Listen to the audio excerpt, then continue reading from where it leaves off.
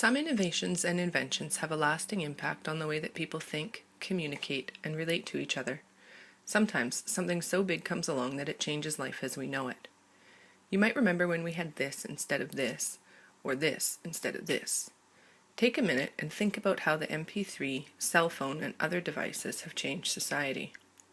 Pause the video in a minute and write down as many ideas as you can.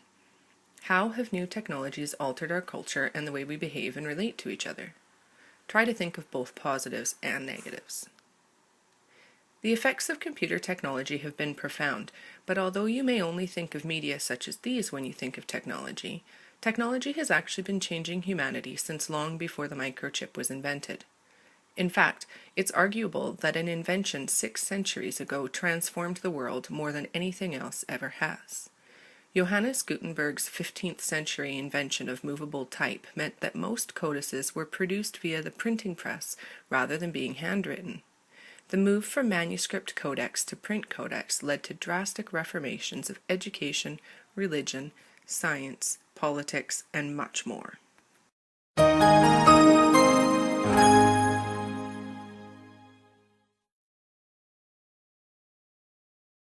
The phrase manuscript culture, in this case, refers to the communications culture in the time period between the development of the codex and the invention of the printing press. The codex, a bound group of pages, replaced the scroll gradually during the first few centuries AD because of its ease of use and cost-effectiveness, and for over 1,000 years was the primary format for storing knowledge. The texts written during the manuscript period were characterized by their reproduction of oral communication methods, such as the use of repetition and rhetoric. At this point, writing was a way to record oral knowledge and didn't vary greatly in form from its oral origins. Early manuscripts did not use spaces or punctuation to differentiate words, chapters, and other organizational features found in contemporary print codices, another reflection of their oral roots. During the time period when manuscript codices were prevalent, books were time-consuming and costly to produce. Churches, and later universities, controlled codex production and thus chose which writings were transferred from scroll and which were lost to antiquity. Only an elite few could afford access to codices, and so there were limits to the availability of knowledge. Manuscripts did, however, grow in quality, and an international book trade existed.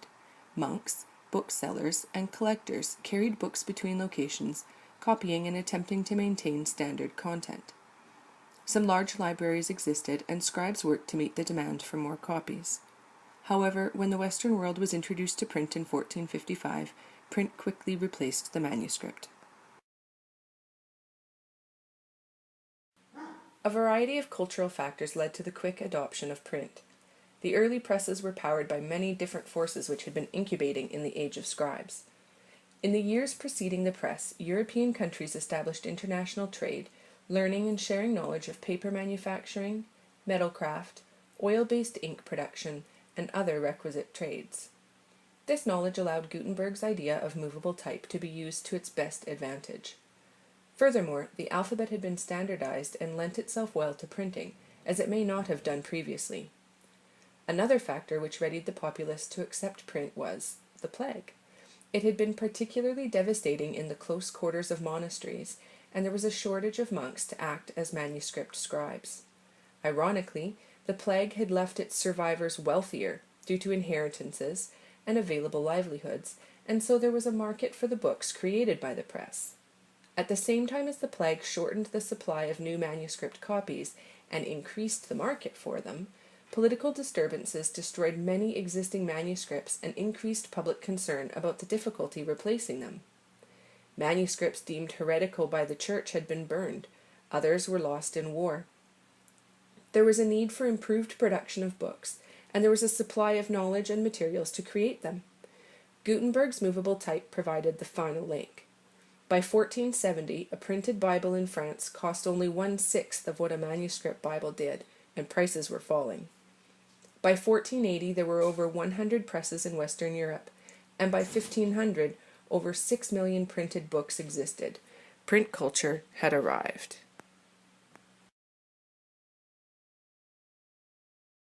The effects of the print codex were varied and far-reaching. It is not simply one item in the list of novelties marking the transition from the medieval to the modern world. It is ubiquitous, crucially collaborating with and conditioning everything else. The first and perhaps most obvious effect of the print codex was the swift spread of information. More books were created in the first 50 years after the invention of the press than in the preceding 1200 years of manuscript culture. This increased access to books led to higher levels of mass literacy. The demand for books grew as the populace became more literate, and literature, science, philosophy, political, and other secular texts abounded, whereas much of manuscript culture had been founded on religious and legal texts. People thought critically about the new knowledge, comparing it to their own realities, and applying the rationality that was a hallmark of Renaissance thought. Literacy became a passport to social dignity. The growth in scientific and mathematic knowledge was of particular note. Print allowed for exact reproduction of texts, diagrams, and images, removing the uncertainty, variations, and errors that were unavoidable with handmade copies. Because of the improved availability of books, scholars could study the work of their predecessors firsthand and use it as a foundation on which to build new knowledge. Slow production during the manuscript period had limited the accumulation of information, but after the transition to the print codex, academics whose time had been consumed with copying manuscripts to preserve knowledge could instead use their energies towards furthering learning. This refocusing of effort led to rapid advancements in the field of science. Along with new knowledge, the print codex prompted new methods of expression, writing, and reading. For instance, the features of oral communication, which were designed to enhance memorability, were no longer as important in the face of print's relative permanence, and so writing became less rhetorical, less repetitive, and so on. The use of iconography, popular in the manuscript era, also decreased. Authors began to carefully revise their work to meet the scrutiny of printers, booksellers, and audiences. This revision would take place both before and after publication. Subsequent editions were improved with the author's own expanded knowledge and with contributions from their readership. In this way, the act of writing became both more conscious and collaborative. The appearance of writing also changed, and not just because of the more clear fonts used with print. Readability was a concern that led to the delineation of words, the careful manipulation of white space on the page, and the addition of organizational features such as indexes and tables of content. Dictionaries were written to create uniform language usage and spellings so that standard grammar was established. New words were even created because the trend towards publishing books in vernacular languages, instead of just Greek or Latin, necessitated the expansion of those previously inadequate vocabularies. Reading changed as well. In manuscript culture, texts were often read aloud in groups, but because of the increase in public literacy and the availability of books, reading in the print culture became a more individual pursuit. Silent reading led to a greater awareness of words as things, and from this grew an interest in the ownership of words.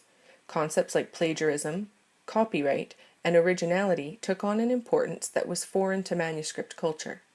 Awareness of words as things also led to greater self-awareness of thoughts, and this at least contributed to the more secular, individualistic, and humanist movements of the Renaissance.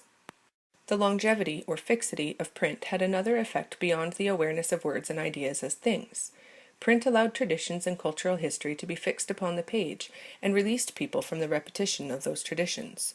Traditions could then be reflected on, evaluated, continued, improved, or rejected. People could make purposeful cognitive advances and economic, political, and social innovations. Another powerful effect of the print codex was its ability to spread influential ideas. Because book production had moved from the hands of monks to those of private business people, the established church could not as easily censor and control information. Protestantism was able to spread and flourish under these conditions, as was secular thinking. Although the print codex did not destroy the Catholic Church, as some feared, it did weaken its monopoly on knowledge, information, and communication, while strengthening alternate ideologies. Political ideologies were some of those to experience radical change under the influence of the print codex. The availability of texts printed in the languages spoken by common people led to the forming of national identities and allowed for the spread of radical ideas. This led to the rise and fall of governments, the changing of borders. Some books were so powerful that they have been credited with igniting revolution. For instance, Thomas Paine's political book, Common Sense, is recognized as creating public support for the American Revolution. In manuscript form, his ideas could never have reached a wide enough audience to be so influential.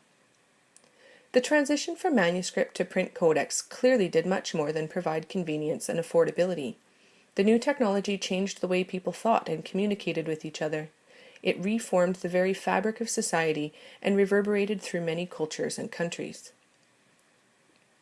You are currently living in another time of technological innovation. The ways that people communicate with each other are being transformed yet again. Do you think that computer technology and new media has already changed the ways in which people think and relate to each other?